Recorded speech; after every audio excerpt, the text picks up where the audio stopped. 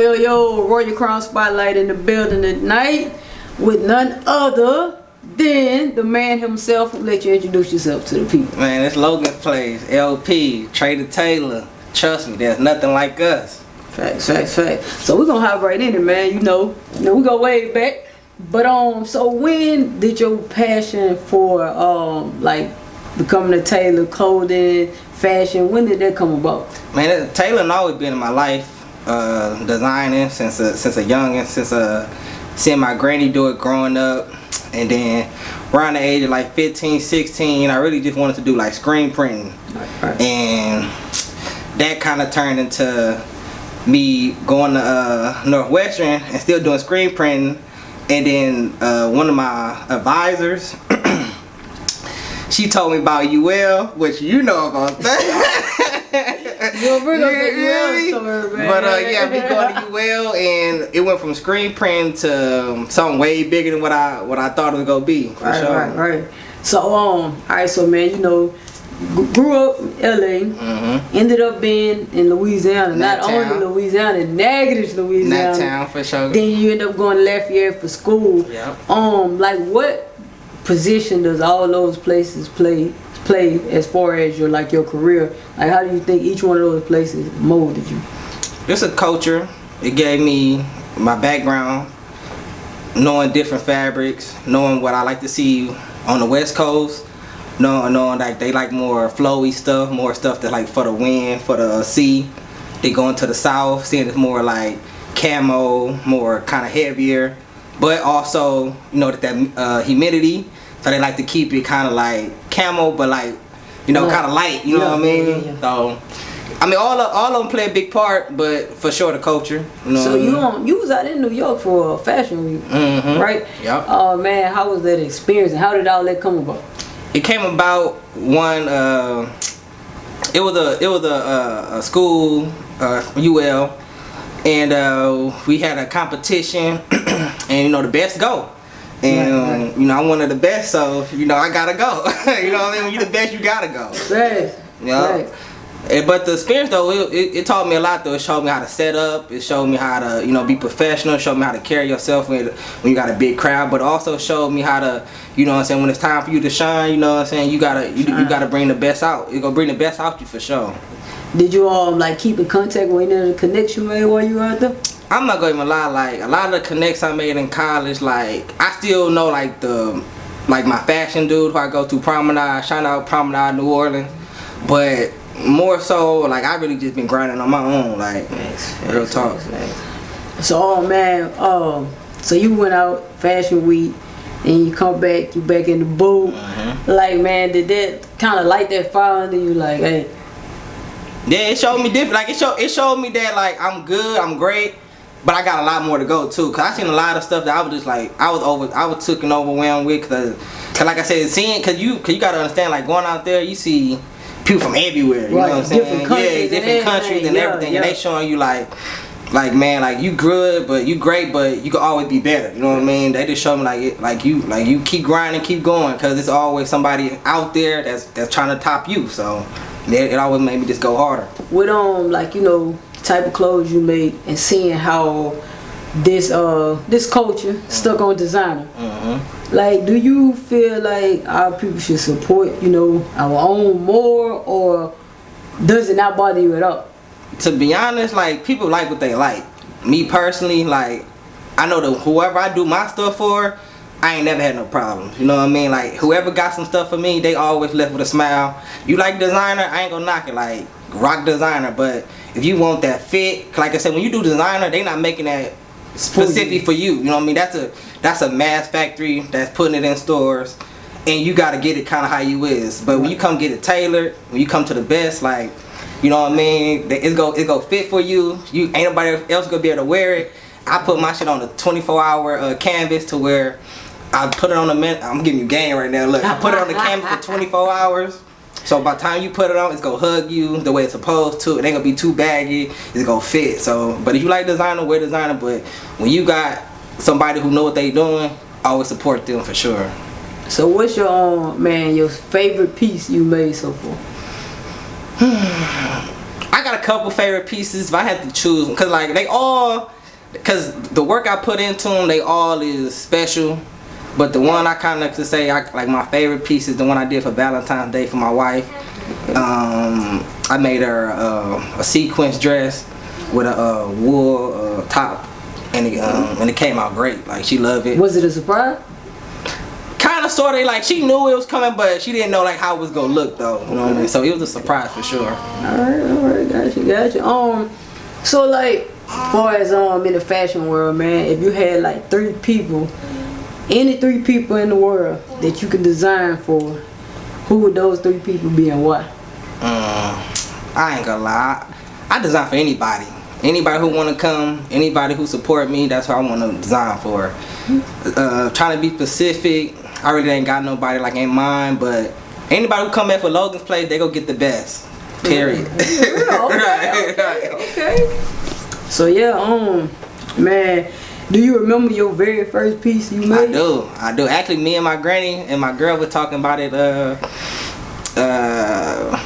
couple days ago, a week ago. I made a vest. That's what got me into UL. I made a vest for a competition.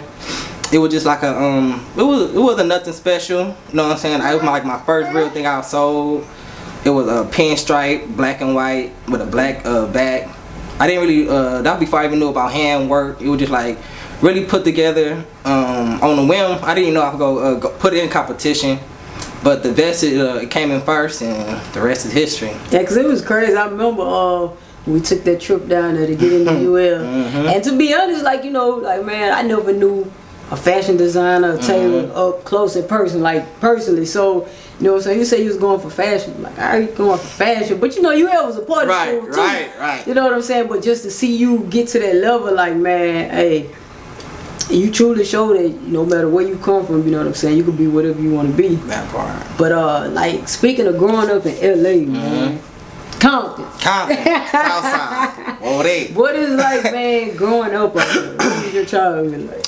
My childhood was good. Like I said, it wasn't until later years. You know what I'm saying? You see different aspects of LA and different parts of Compton. But growing up, like I felt like it was the perfect scene. You know what I mean?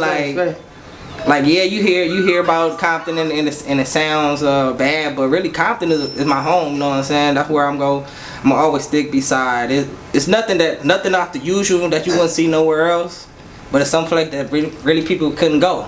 Facts. So man, like growing up in Compton, how did you manage to come out without succumbing to gang life? Who said I didn't? No, I mean you did real talk. Like my household for sure. Like my grandpa was always there. My Uncle Head, my Uncle Poppy, my Granny Pearl, my Mama Val. Like they always kept me with a focused mind. They always kept my head on straight. They always told me, like, you know what I'm saying, whatever I want, I can achieve it. And really, that's what I stuck with. Like I said, confidence is a hard place to come out of. But when you got people that's behind you and you not trying to, I ain't gonna say let them down, but you trying to hold yourself up to a higher standard. Yeah, like it's for sure. It pushes you to more so like to try to stay on a good path. Right. Okay. And man, definitely gotta touch on this topic, man. How did the loss of 2 legends back to back, Kobe and Nip? Cause hey, that seems like it hit everybody hard. Yeah. But especially people, out in LA, man. Like, how did that affect you? Man, to be honest, like, but people don't even know, like, I've been on Nip early, like, Bullets Ain't Got No Name, Street, Volume 1, like, on his early music. So losing Nip, that was kind of crazy, because especially, like, he died in his own hood, right, in front of his store, and then I'm thinking about opening up, a shop, yeah, you know what I'm saying, like, where he was at. I'm trying to do some of the same steps and follow some of the same steps, and see a legend like that get taken down like so viciously. Like, yeah, that it affected me for sure. Like, I still be looking for some of his music to come out, to be honest. And Kobe, that's just one of the greatest, man, to even put the ball in the hoop. And yeah, like, I already done got too much to say about it, but yeah, they losing them though, it's really affected me. But it made me, but especially Kobe and Nip, they work ethic, you know what I mean? I always like, use what they work ethic was. I always heard about Kobe staying in the gym 10 hours, Nip always in the studio. So that's what I do. Like I stay in the studio. I stay working on my on filming. I stay like whatever I do, I kind of use their standard of always dedication. You know what I'm saying? The marathon do continue. Okay, all right, definitely, man. And man, we're gonna speak a little bit more, you know, about your fashion and stuff like that. Like, where do you get your motivation from? Like each piece, I know each piece is special. Just like writing a song, each piece is special. Like, where do you find your motivation? I think when I meet my clients and me and them, we vibe, and I understand like the concept of what I understand the event that they want to go to. Excuse me. And I understand like I try to figure out their personality, and then once I get that, I kind of go into where it's like you kind of can see it before you make it. Like, cause me, like how we talked earlier, it's like I can't sleep when I know I got something that's got to be done. You know what I mean? So I really like I don't even sketch no more, but because I can see it in my head. You know what I mean? Like I take my steps, like how I'm gonna put the zipper in, how I'm gonna hem it, how I'm gonna lace the I'm putting on game, like how I'm gonna put in the canvas. How I'm go, I just take my steps that I already know and I put it towards my garment, and then however and when they come for whenever they come for they fit in, not the first couple fittings, because that's usually more so like you said, like getting to know them, getting to see like how they like for it to feel. But when I get the fabric, that's kind of like when I know the direct. Like once they tell me yes on the fabric, then I know what I'm gonna do with the actual garment. Alright, gotcha. Man, look, last but not least, I always like to ask all my guests this question. You know, we all know we have an expiration date. When you leave this earth, what do you want your legacy to be? Man, you know, really for my kids, like I want this Logan's place. I want to be where my kids, they gonna be able to eat off of it. I mean, they see me, especially my youngest daughter. She see me sewing all the time. I hope like the motivation I got from a lot of people, she see the dedication I put in, and it motivates the next person. So that's all. I just want motivation and dedication. Okay, alright. Man, so before we get out of here, any shout outs you want to give, where they can find your work, anybody want to contact you, whatever you want, the floor is yours. Man, look, like I said, it's Trader Tailor, Logan's Place, via for the culture. Trust me, there's nothing like us. You can find me on Instagram at Logan_place. That's LOGANS_PLACE. You can find me on Facebook, Trevon Logan, TREVON. Logan, you already know how to spell that. And look, and contact, you know what I mean? I'll be in the city all day. Las Vegas, Cali, Louisiana, now Atlanta. I'm everywhere. Trust me, there's nothing like us. Thanks, we out.